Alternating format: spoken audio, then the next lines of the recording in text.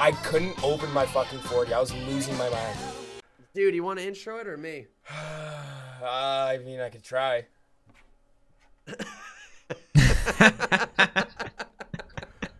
Welcome back to the 40 Before Noon podcast. Today we have a special guest, Mr. Slicky Dicky Ricky.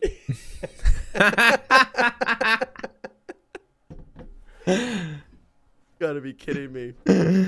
Are we leaving that as the intro? Fuck it, why not? Alright, fair enough. For those of you guys that don't know Rick, would you like to say a few words about yourself? My name's Rick. I go by Rikar online or Rikar Gaming. I am a streamer slash YouTuber slash whatever you want to call me. Yeah, I play Call of Duty Warzone for the most part, but I've been around many other games forever and giant sports fan, big UFC guy. Pretty much anything. I played a little college baseball, did a little competitive trick shotting against Buck back in the day. That is true. All kinds of things. Little master of all trades. Bro, Zoo, did you know that? That you guys used to trick shot together? We used to, no, not together. Against. We had beef, bro. Mm-hmm. No, I didn't know that. Oh, yeah. We had beef. We went to rival high schools. So the backboard breakers versus the salty dogs was the big drama back in the day. Salty dogs, I remember that. I know about that. Bro, Rick, I don't know if I ever told you this, but do you know that we got like a brand deal off of your YouTube channel? I don't know if Off our YouTube channel. Yeah. So basically, I don't remember what show you guys got on. You got on some show, and We went on all the news stations, I remember.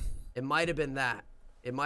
So basically, they were like it was like the city of Tempe or wherever it's where we live. They reached out to us because they went and looked up like Arizona trick shots, and they thought we were you. So we filmed a commercial at Ken McDonald where we did a bunch of trick shots. We got our No way. for it. Yeah, I swear. So I took like me and two friends there. I probably still could find the video. I'll play it in this too. And I'm like, they're like, oh, like we love your videos, the backboard breakers. I'm like, you're on the wrong YouTube channel right now, dude. That is so good. Swear to God, Yeah. bro. I don't know how I never told you this either. And I emailed the lady back. I'm like, hey, that's not us, but we kind of do the same thing. And she's like, oh, well, your videos were easier to find. So, yeah, do you want to come film? We're like, sure. Sick. That is so funny. We got like a clothing sponsor when we were in high school, and then we thought that was the coolest thing ever. They just gave us free shirts. What clothing thing was it? Oh, crap. It was like On One or something. There was some local like company trying to get on, and they were really comfortable shirts, but like I didn't know what they expected. They just want us to be like, thanks, and at the end of the video, I guess. Like that was like that was the beginning of social media times. It wasn't like you were plugging social media for people or anything like that. Bro, it was the beginning of times. Like 10 Dude, years you ago. didn't even put thumbnails back then. It was just like you post the video and then whatever YouTube gave you, you got. So That's it was. honestly, God, I forgot about that. I never posted a single thumbnail once. The coolest thing about YouTube back then though was that fact that you had the like button. So you know everyone, you have your like button there. If say Dude Perfect liked your video, because Dude Perfect, that was like right when they're getting going before they got ginormous. They pressed like on one of our videos, gave us like 30,000 views.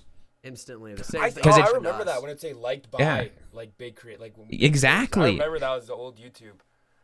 I missed that, dude, for just like growth. But it got to the point, I'm sure, where it was like you could literally just make everyone rich. So YouTube probably found it as like a business thing. It was like, all right, we probably can't get everyone rich here because we're not gonna make money. Do you think at some point, I guess like with like greed and everything, that some of those YouTube channels would legit stop liking videos because they're like, screw this, I'm not giving these kids like free, free clout basically?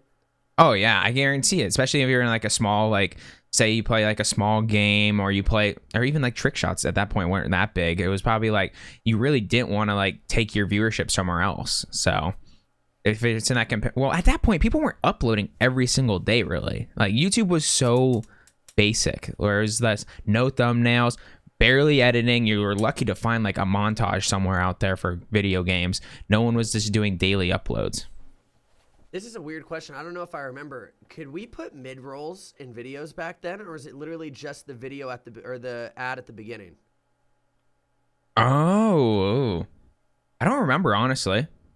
No idea. I don't remember having ads in the middle of videos back in the day. I don't remember only the start of videos. I remember that the program was way weirder back then, because I remember they invited us to it. We made like $50 off a video, and then the next video didn't do good enough, so they're like, you know what, you don't get paid on this video. And I was like, I actually do remember that. Yes, because you would make the money. Yeah, and you had to have consistent viewership, or they would just be like, never mind. It wasn't like a program. It was a video by video basis. Dude, that is wild. This is memory lane. We have not done this yet, by the way, everybody. This podcast is called 40 Before Noon. I know that Zoo is hurting hard from last night. I was going to say, man, when you said that Chloe ran on one, I was going to say I'm fucking on one. I just took 3 minutes and I couldn't open my 40. You'll see in the video, I couldn't open my fucking 40. I was losing my mind. Bro, I'm 0 for 1 on our videos of opening it, so... Oh, we're 1 for 2. Get in. Let's go, baby. Cheers. Rick, we went everywhere around Tempe this morning. I went around looking for one too. I was trying to be like, you know what? I'm going on the podcast. I gotta get a 42. There was none by me. What year are we? 1972 or what? Who's drinking 40s still? Come on. Dude, I told Rick, bro. I went to the 7-Eleven close to my house. And I've never seen Mickey's sold out, like, ever, you know? Yeah. It's the only glass one, and me and all my friends refused to drink out of the plastic. Like, just couldn't do it. And I went there, and I'm like, yo, is there any Mickey's in the back? He goes, no, man, they're sold out. I'm like, what? He's like, yeah, 32 bottles in a week. I'm like, you've got to be kidding me, dude. Well, the thing that's crazy about that is who the heck is buying it in that quantity? Because, you know... Is there just more drunks these days walking around with the 40 in their hand? I'm confused. Who is the audience here? I know Buck over here somehow chooses to drink a Mickey's over a nice beer. Don't know how he does it, but... You drink Coors Light, bro. Oh, yo. This is not a nice beer. You should see the beer I'm drinking this afternoon when I'm going to the pool. I got some fancy Rogue beer. Oof. Yo, Rick, we're not all balling on a real life job budget, okay? Yeah, I'm rocking the old English, man. This tastes just like I said, tastes like piss. So that's all we got down here. You mean up there? Yeah, you're in Canada, right, Zoo? Yeah. All right, let's get into a little bit about Rick's career. So obviously, is Backboard Breakers, I'm assuming, is when you first started making YouTube videos, or were you making YouTube videos before that? Before. This is great. I'm probably the original YouTube. I can't even find the video anymore. They took it off, but you know the game RuneScape. I know you played RuneScape at one point. No crap. The second YouTube came out and it was a thing, I thought it was the coolest thing ever. People were posting like RuneScape music videos back in the day, stuff like that. And I was like, oh, that's so cool. But my thing was like PKing, which was player killing back then. And literally, no crap, in 7th or 8th grade, I forget which summer it was, like there was only, if you had a Windows PC, you could download it was like something hyper or something that could record your screen. But if you had a Mac, like in my family, we ran Apple computers because my mom like sold them growing up. So she was just completely against everything Windows and Microsoft. So there was no way to film it other than, no crap, I had a camcorder and a tripod over my shoulder recording my monitor. And it was actually decent quality. I don't know how it was okay, but like uploaded it back in the day, and I've been looking for it forever because they had to have just deleted it because it was probably day one of YouTube. That's insane. So I love that story because I don't remember. I can't find it. I was like in 8th grade. You didn't really care back then because it wasn't like social media was like a thing yet. Like no one knew anything. It was just, I literally just uploaded it to upload it. It wasn't to get rich or anything. It was just to have it. Dude, I used to do the same thing with my iPad as a kid. I'd record my TV with my iPad, like FIFA videos or like Call of Duty and stuff, and like just put it up there. Me and my brother used to do that because we didn't have any like recording devices yet. Yeah, it was so hard to get anything. And I remember it was what the original like big one. There was like the. I know what you're talking about. I was just gonna say it. My buddy had it, and it's only the rich kids had it. It was the. I I know what you're talking about. I swear I know. Someone's gonna know. Like the cassette thing that you would plug into the TV. It was so well, they had big, that man. one. It was the cheap one, but there was the really rich kid one. It was big. It was realistically what it was made to do was to download like old VHSs to DVDs, but you could plug it in and record off of it. Oh, it's killing me that I don't know this. I'm looking it up. I'll try and find it. I'm looking it up right now. I think my buddy Beaver had that because we used to do those videos too. This is like moving more to high school, but we used to film our like Wii Sports golf crap and just try to hit a hole in one for hours, and we'd finally hit it. And bro, we finally hit it, dude. One of them went for like 100,000 views on YouTube, and it's like 8 seconds. So, oh really? yeah, dude, it's unbelievable. But yeah, no, that's kind of cool though, dude. RuneScape was the game that I started off on as well. Would you ever consider streaming RuneScape? Now. Now, probably not. So I have learned over the years that Twitch is not a nice place to be for the most part because they won't help you out at all. When I first started streaming, I streamed RuneScape. It was the first game I streamed because I played RuneScape from literally 2004 to shoot. I was playing it last night. I'm not even gonna lie. I always find my way back. I always play it a little bit. I don't know what that game is just. They update it weekly. Like they do such a good job on it. Like it ruins every other game for me because it's just so like convenient. I've played it forever. I know like 99% of everything about the game. And so it's just like a comfortable game where I can just chill, watch TV. I've never played RuneScape in my life. Woodcut. Bro, it's fun. It's really, really, really fun. It's basically, you go ahead, Rick. You probably explain it way better. Well, it's just like an MMORPG where it's click-based, so a lot of people don't like it if they grew up playing WoW or something like that, but they build in like AFK mechanics. Like I remember having like my little laptop growing up, just laying on the couch and just pressing to go fish to 99 fishing once every 4 minutes. Or I'd be playing Call of Duty on the side and have my laptop over there. Like there's just so many things. So it's kind of like I'll try and compare it to, like what is it kind of? Have you played like Clash of Clans and stuff? Is it like one of those games? It's not like Clash of Clans at all. No. It's like waiting and stuff.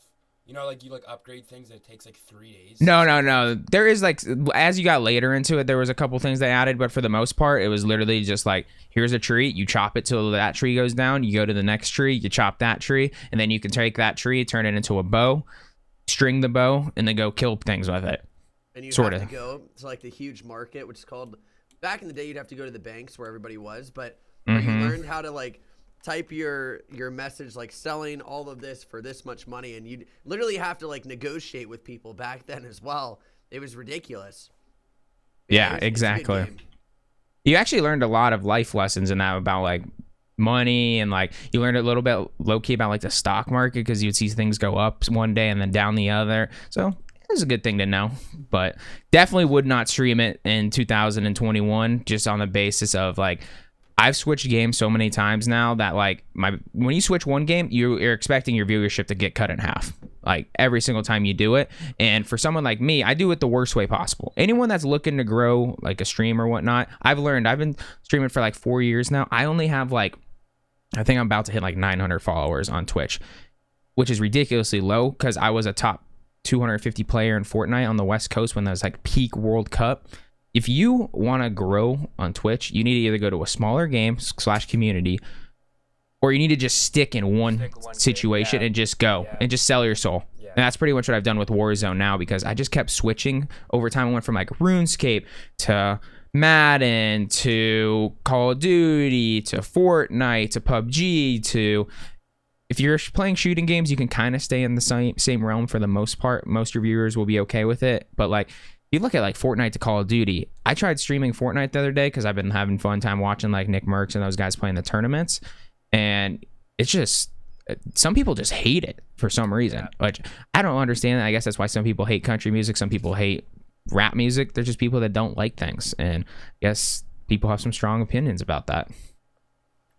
It's wild. And I just think, because for me, I always look back at Collazo, you know, where Collazo, one of the best Fortnite players probably right now, you know, at least on controller.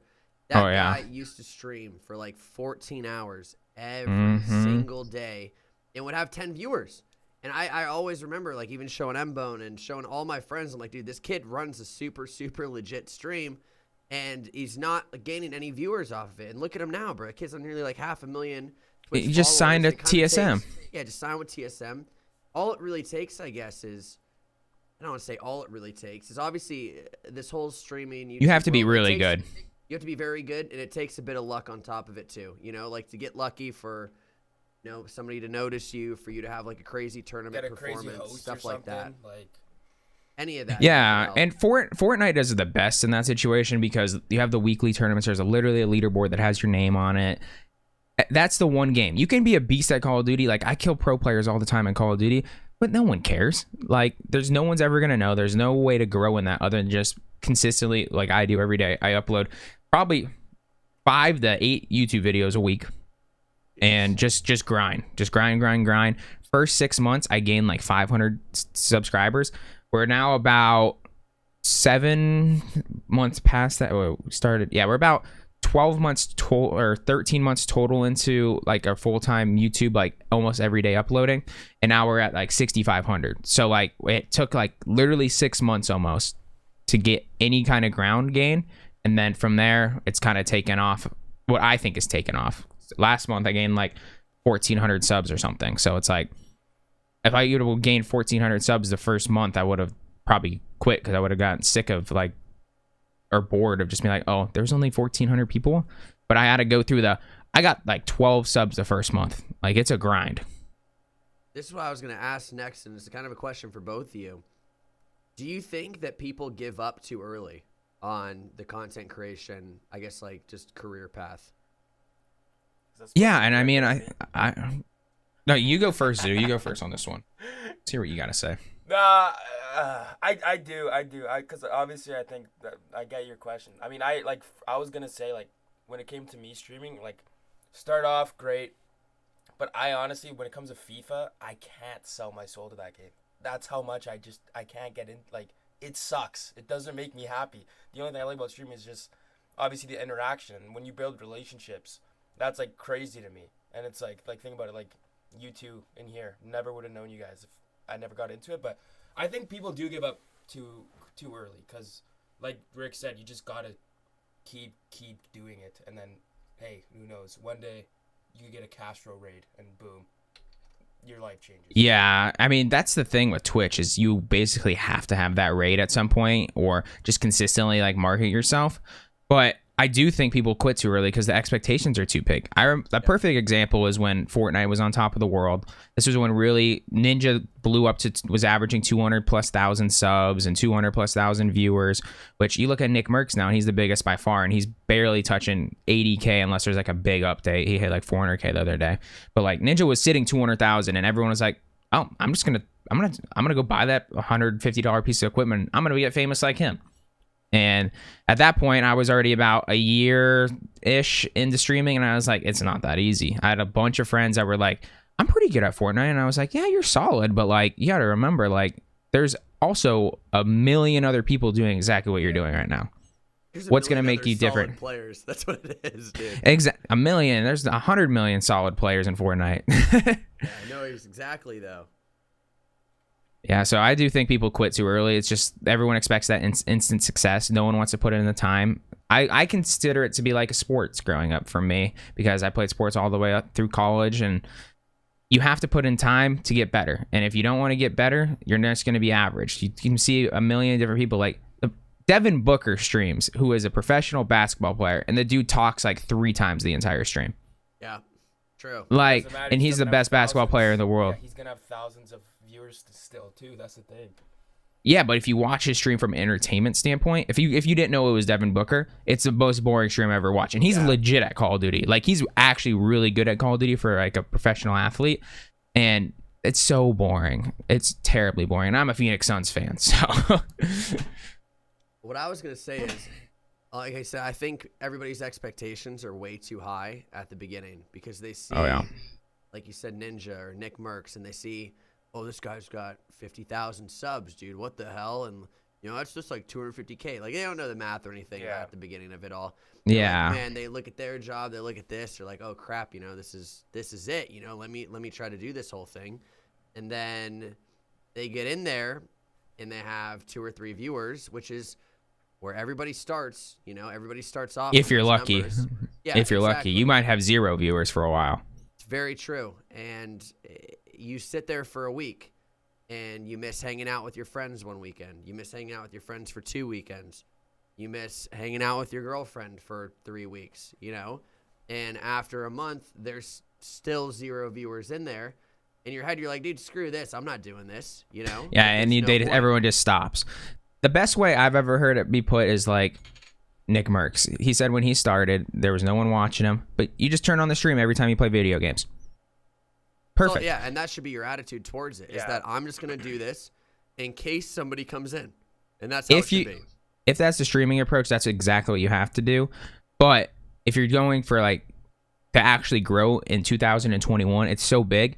If you're not in that smaller community like I was talking earlier, that's still not going to work. Like if you're playing Warzone right now with 100,000 other viewers on other people's channels, you're not going to get found. Like I've had more success in Warzone just because of my YouTube channel. And if it wasn't for the YouTube channel, I would tell anyone right now, if you're going to start, just do YouTube. Make YouTube videos on the side. See, that's what and just upload that consistently. I for someone who's started streaming, wanted to be a streamer and shit too. I noticed that I had more success even on TikTok and YouTube and stuff, and I'm like, oh, TikTok's another huge one. I was gonna bring yeah.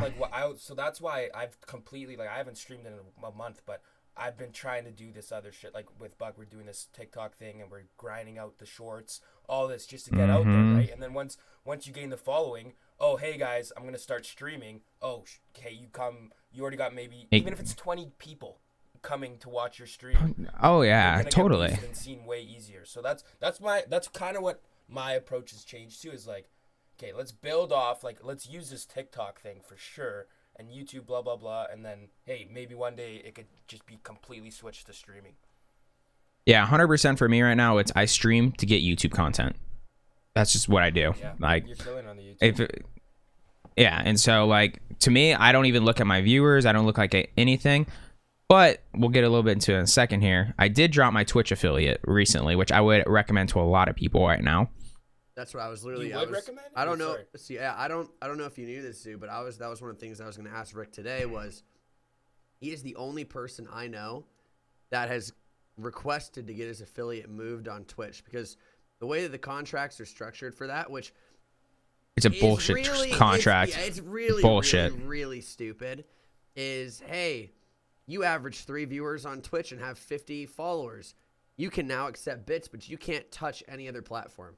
It's dude, what? Yeah. Yeah, you can. Why? You have to wait 24 hours before you can stream on another platform. So you can't multi-stream, which is what I've been doing recently and seeing incredible success on.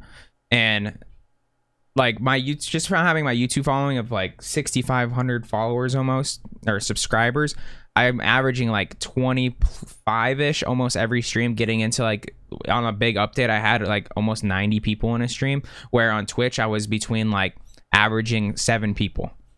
So bro, I didn't change one thing. All I did was just turn on multi-streaming, and I'm still streaming on Twitch and I'm streaming on YouTube, and I am streaming on Facebook at the same time, but I haven't really seen too much growth over on Facebook. So this is what I've noticed always with YouTube streams, and that is that I don't know how to describe it, but say for instance you have 25 viewers on Twitch and you have 25 viewers on YouTube, right? Yeah. Having 25 on YouTube is way more beneficial than having 25 on Twitch. 100%.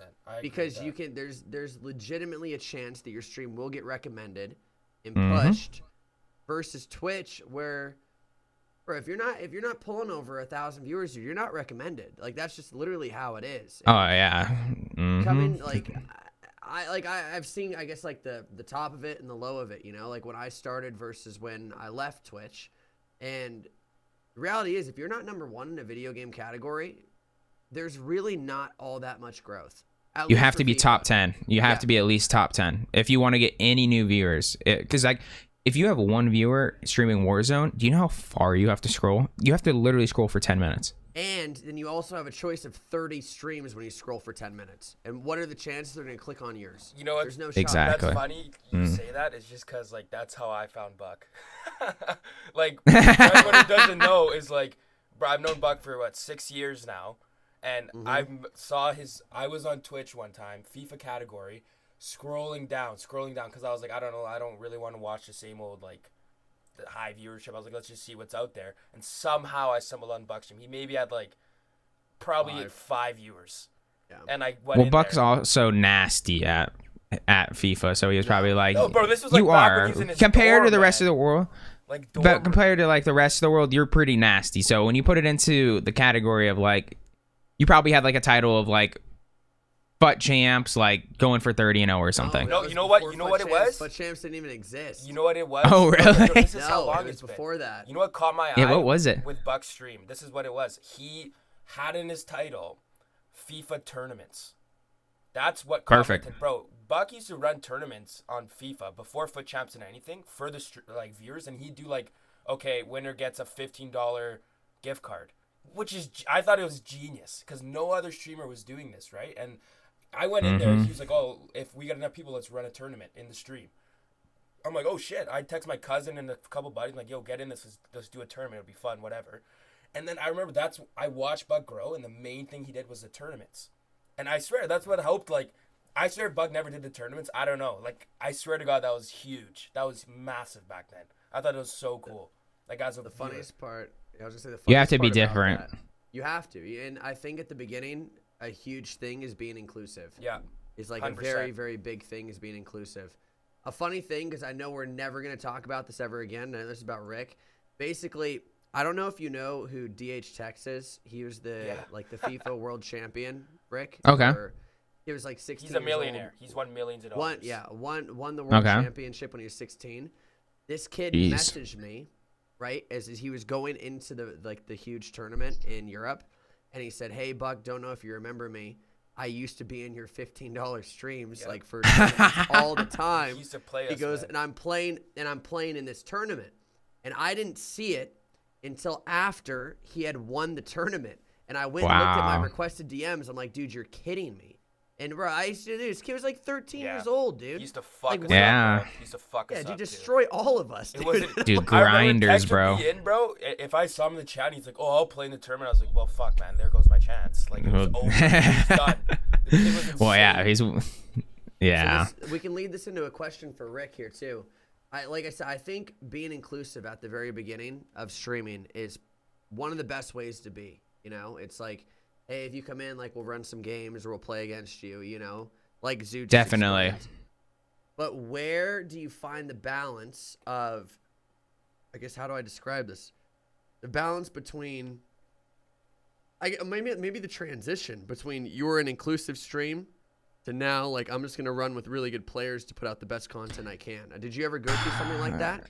Yes, I have. And so I'm going to go on a little tangent here. But so when Mixer was like popping for Fortnite, I switched over to Mixer before it got shut down back in the day. They had this thing called the Fortnite Hype Zone. So if you were in the top 10 in any game, there was a chance that you would get thrown into the Hype Zone if you're like in the top 10 and the other person's game ended. And it was a really cool way to find people, and that's how I gained a lot of my following, because I have thousands of Fortnite wins. So like almost every game I had like a legit chance to get thrown in there if I got lucky. Obviously everyone else is in the top.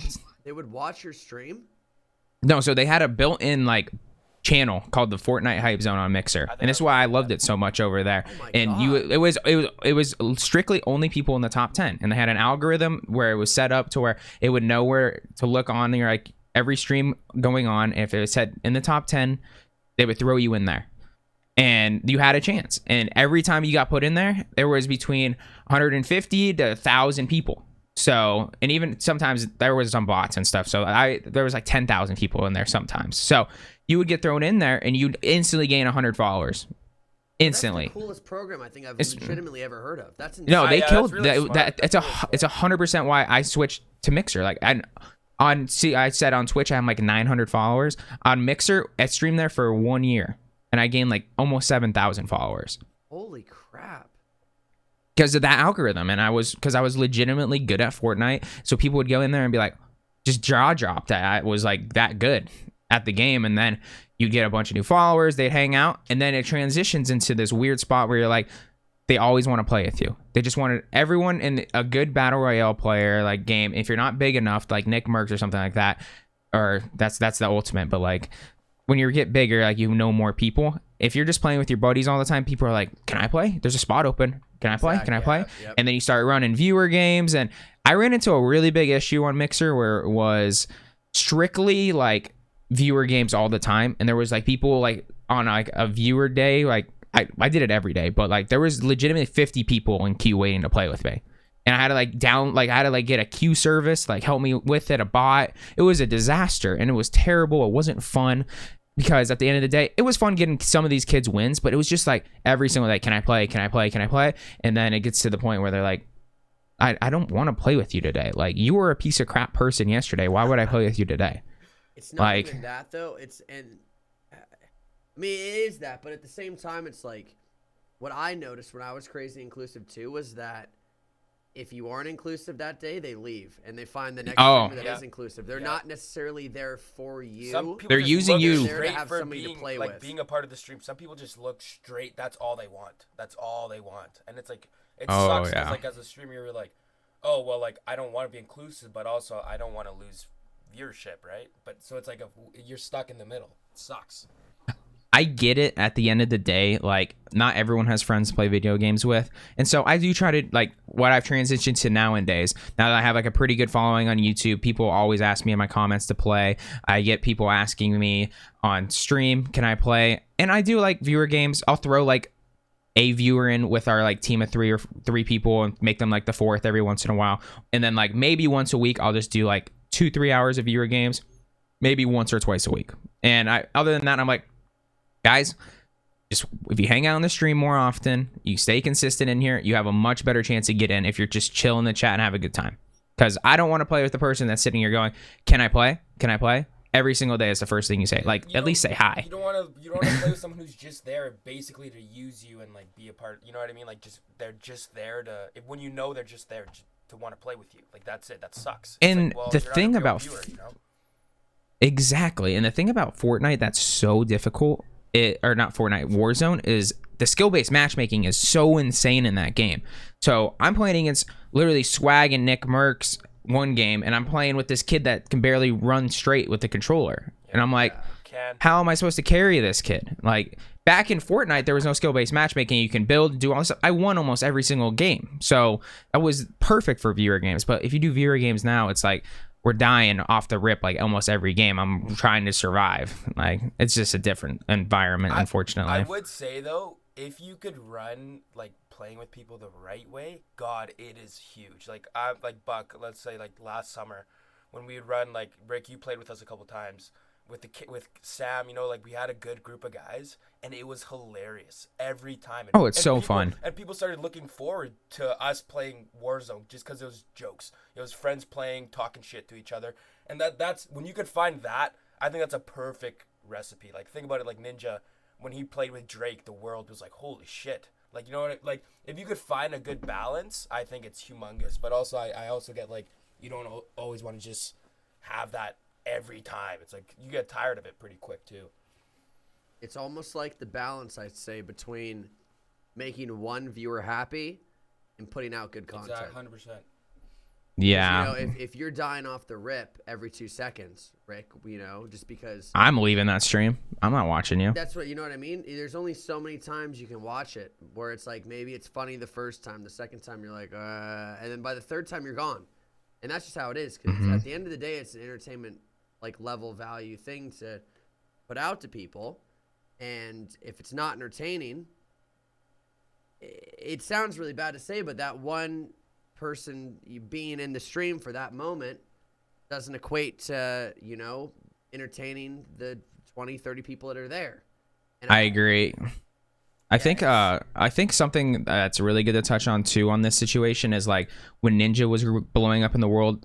I'm sure you remember this, Buck. There was a big change from like, because Ninja would freak out over everything, get super pumped up, super excited, super hyped, and literally entire Twitch just started screaming and yelling, like for multiple years. Like they did. Too. It's the same. Yeah, it's the same thing. It's in FIFA. It's the same thing, and everyone just like yells and screams. And then it's gotten better over time because people like Nick Merckx has taken over the top of the categories now, where it's like he's just playing and being chill, and that's what people come and like they really enjoy about my stream is like we talk sports, we just hang out, and they're like, Rick, how are you so calm in the middle of all this disaster that's happening in this fight? And I'm like, I've played a lot, like, and I think like there is times to get hype, and that's when people also get hype in the chat, but you can't just fake it. At the end of the day, most people, yes, there is that like 12-year-old out there that wants to watch that, but do you want that to be your community? Like, that's what it comes down to, though, is like, what do you want your age demographic to be? Do you want a younger audience, which obviously how do I describe it? You know, there's a larger market for the younger audience, you know? There's nothing wrong with the younger market either. It's just, it's hard to, you have to be someone different for that audience. Yes.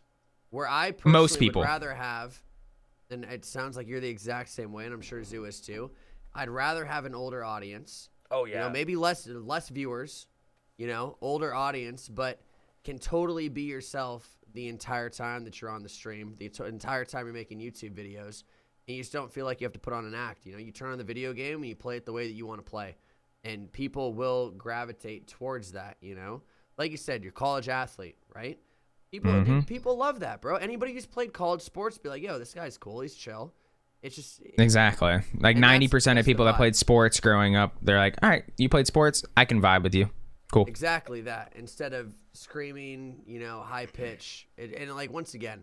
Everybody's got to make their money, you know. 100%. If we were all getting 2-3 million views a video, sure, I'm sure scream all you want, a little bit more than we ever would.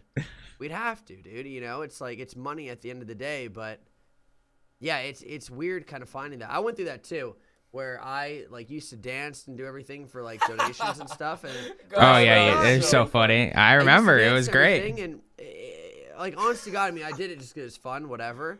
But I noticed that.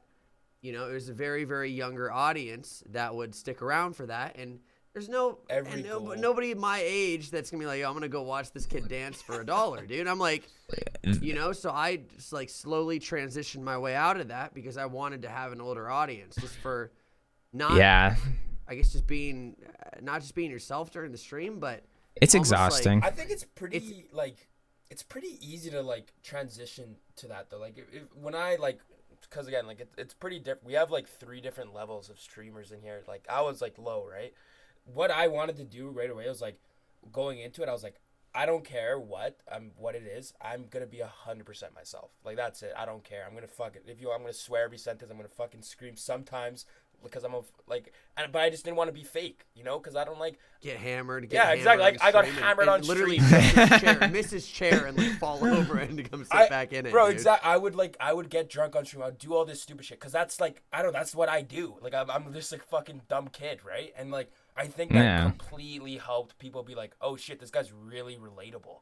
And then I would have like everybody who watched my stream when I did stream was close to my age. I never really had any kids or anything. And when kids would come in, they would say some like stupid shit and like it sounds really bad, but like my chat would like be like, oh, this kid's like 10, like, and like make him want to leave, but like I didn't really care about that because I was like, I don't really want a 10-year-old in here. Like I don't want to care about having to worry about my language and shit, you know, like fuck that. Yeah. You know, I'm gonna do what I want to do, and if people like it, people like it. If they don't, okay, then fuck off. Like sorry, like that's just what I want to do. Yeah, there is 2 kinds of streamers at the end of the day. There's gameplay streamers, which get huge, like Shroud, where they just literally don't talk and they just do amazing things. And then there's a guy, I don't know if you guys know about him because you're not in the Warzone community exactly, but there's a guy named Repulize. It's insane the numbers he gets in subs. It's ridiculous, and you know exactly why when you go into that stream. He's a top player. He plays with like Swag and all those guys. He's a top probably 30 player in the world in Warzone. But every single time someone gifts subs, he's like a DJ. He has like auto tune, all this stuff going on. He puts on like a Dr. Disrespect, but for like a really good gameplay, and just like he's slapping his ass in between games, and like it's the most insane thing. You have to watch it. Watch it for 10. I'll send you a clip right now that I have, and it's the most insane thing. Well, that's like why, you didn't see it. Nick Merckx, man, like it's crazy. I'm such a fan of Nick Merckx because he's so like he's also way more relatable. You know, he's not really faking anything, you know? Like, he's just chilling. And I think, like, you were right. Like, he's what every dude wants to be. 100%. That's what it is. 100%. And it was like Ninja, like you said. The thing I think with Ninja is when he was so crazy and loud and whatever, everyone went to him. But then now, you watch a Ninja stream, he's way more chill and stuff. And you know what? Like, a lot of people don't like it. That's why he gets like 15,000 viewers. Yeah, they're like, Ninja changed. Like, he's not as, like, loud and stuff. But it's like, dude, like, you can't do that forever, though. Like, you can't. No. It's impossible. Watch this clip I just sent you sometime. It is the most ridiculous thing. He sits like 2,000 viewers, and I've seen him at 40,000 subs. Holy crap. Jesus. Yeah. Like, it's insane. The clip I just sent in the DM, like, just watch that later. It's the dumbest thing you'll ever see. And he's like legitimately amazing at Call of Duty. And then he does this stuff, and you can just see why people love it. Yeah. It's crazy. It's fair. All right. It is 2:00, so I know that Rick needs to get going. But this is really fun, man. Rick, we appreciate you coming on, dude. Yeah, guys, if you guys have anything you guys ever want to reach out to me about, any viewers out there, you know, always hit the line, DMs at Rikar Gaming on Twitter. You can follow me over on this, or subscribe over on Rikar Gaming or Rikar on pretty much anything else. So it's good to see. Good to talk to y'all. Good to be on the podcast. First guest, baby. Yeah, no, dude, it's great, man. All right, enjoy your day drinking today. If you enjoyed the video, leave a like.